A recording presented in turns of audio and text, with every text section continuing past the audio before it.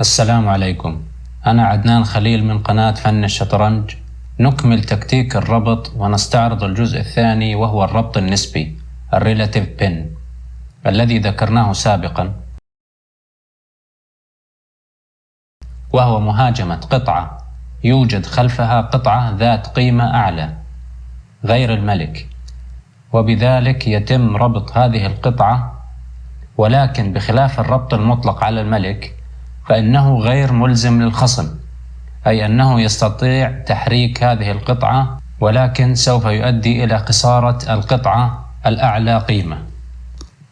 لتوضيح الربط النسبي لدينا المثال الآتي. هنا لعب الأبيض E4، رد عليه الخصم بالE5. لعب الأبيض الحصان Knight F3 D6 Knight C3 A6. قام اللاعب الأبيض بتحريك الفيل للC4. قام اللاعب الأسود بلعب البيشوب للG4 رابطا الحصان على الوزير بهذا الشكل، أي أن هذا الحصان إذا تحرك فسوف يفقد اللاعب الأبيض وزيره. هذا هو الربط النسبي. الربط المطلق يكون ملك، أما الربط النسبي فهو قطعة غير الملك، وعادة تكون قطعة ذات قيمة أعلى كوزير أو قلعة بالنسبة للحصان. طبعا قام اللاعب الأبيض هنا بأخذ الجندي على الE5 تاركا الوزير. قام اللاعب الأسود بأخذ الوزير. قام اللاعب الأبيض بإعطاء تشيك في الF7. طبعا اللاعب الأسود لعب الملك إلى الE7، وقام اللاعب الأبيض بإعطاء تشيك ميت بالحصان D5. طبعا ذكرت هذا المثال لتوضيح أن الربط النسبي غير ملزم للشخص المربوط، وبإمكانه تحريك القطعة. كهذا المثال مثلا، الأبيض خسر وزيره ولكن في المقابل كسب تشيك ميت، وهي حالات قليلة يعني من باب التنويه فقط أنه غير ملزم. نأتي إلى الأمثلة. في هذا المثال مثلا لعب الأبيض الحصان على الB4، أخذ البيدق على الB4. لماذا أخذ البيدق؟ لأن هذا الجندي مربوط، بمعنى لو أخذ الأسود الحصان على الB4 فإنه سوف يفقد فيله.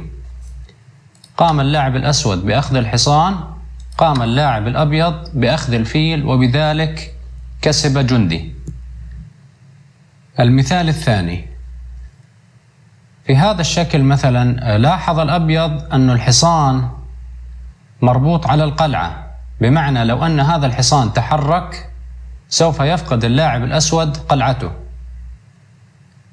فقام بتحريك الجندي على الB5 طالبا الحصان. طبعا اللاعب الأسود لازم يحرك حصانه لأنه مهدد.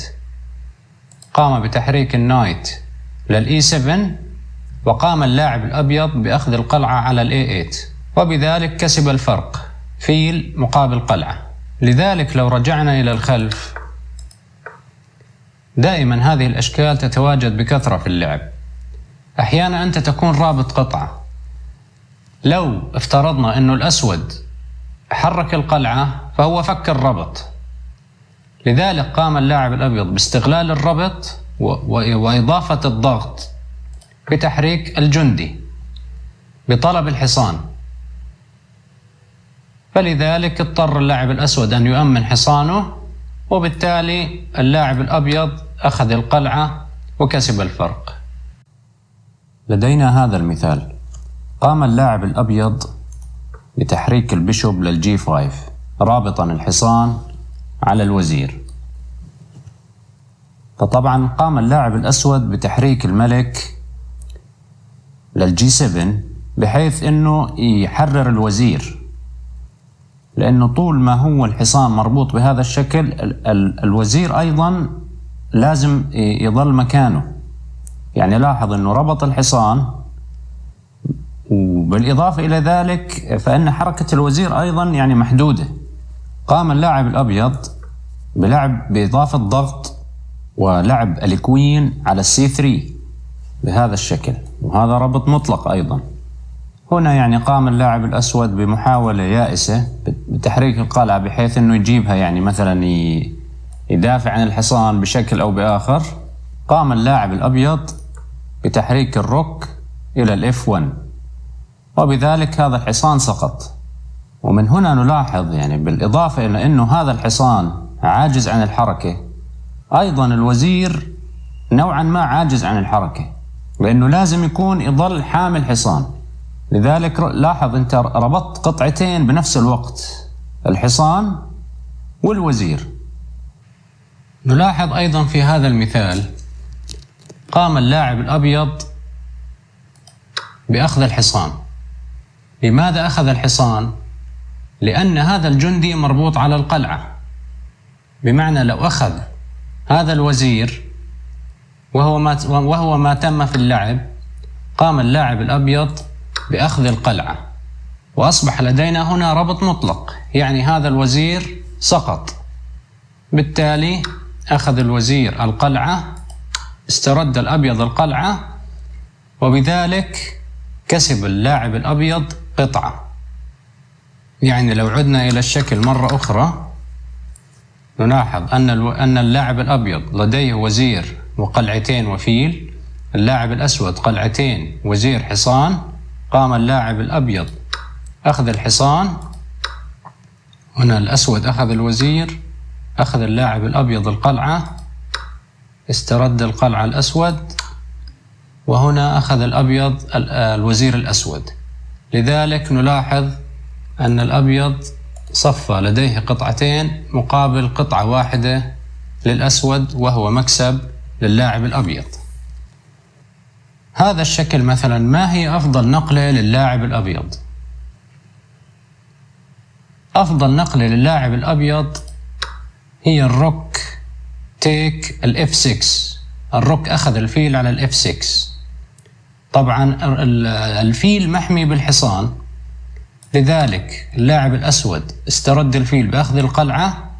قام اللاعب الأبيض بلعب البيشوب رابطا الحصان على هذه القلعة، وبما أنه لا يوجد مدافع، لا يستطيع الأسود الدفاع عن الحصان، فهذا الحصان سقط. بالتالي صار الأبيض أخذ الحصان والفيل مقابل قلعة، وهو مكسب للاعب الأبيض.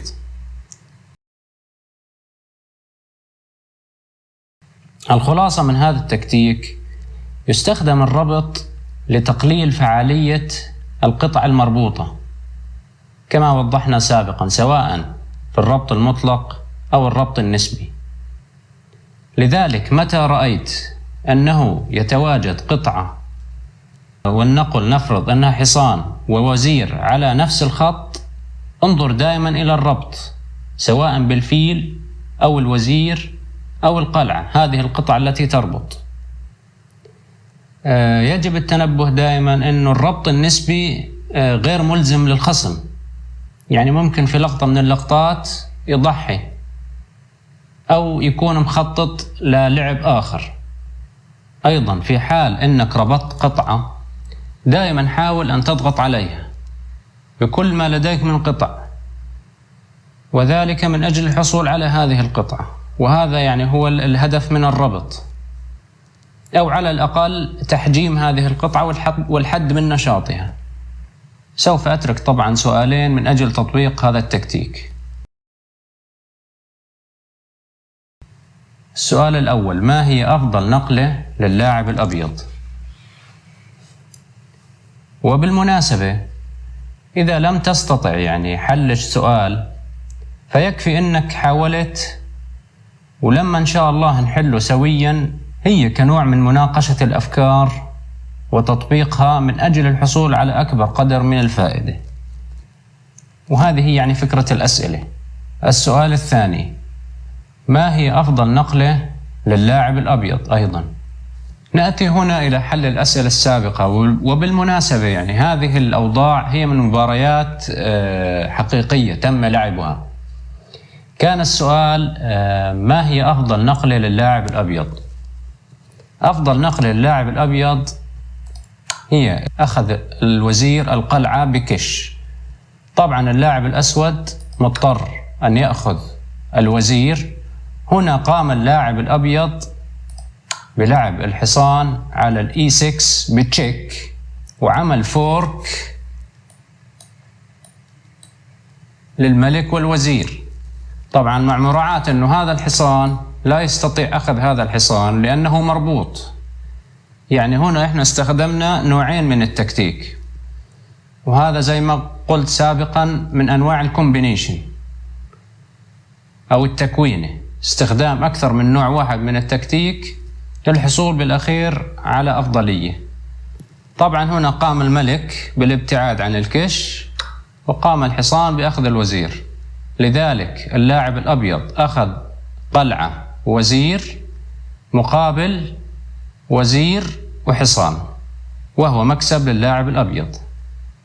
السؤال الثاني كان ما هي أفضل نقلة للاعب الأبيض؟ طبعا أفضل نقلة للاعب الأبيض كانت القلعة على الدي 8 بكش. هنا اللاعب الأسود مضطر أن يأخذ القلعة. طبعا أخذ اللاعب الأسود القلعة، قام اللاعب الأبيض بأخذ الوزير. يعني لو لاحظت أنه اللاعب الأسود كان يعني نوعا ما مطمن أنه هذا الوزير محمي بالحصان، قام اللاعب الأبيض بحركة مفاجئة، وهي كش ملك بالدي 8، وذلك من أجل استدراجه إلى هذا المربع. فعند أخذ الوزير لا يستطيع استرداد الوزير لأنه مربوط. فهنا قام اللاعب الأبيض بحركتين: أولا استدراج الملك ووضعه على نفس الخط مع الفيل، أي أن هذا الحصان مربوط ربط مطلق، وبالتالي أخذ الوزير. لذلك هنا مكسب للأبيض. شكرا أعزائي المتابعين، وإلى اللقاء في الفيديو القادم إن شاء الله، ودمتم بخير.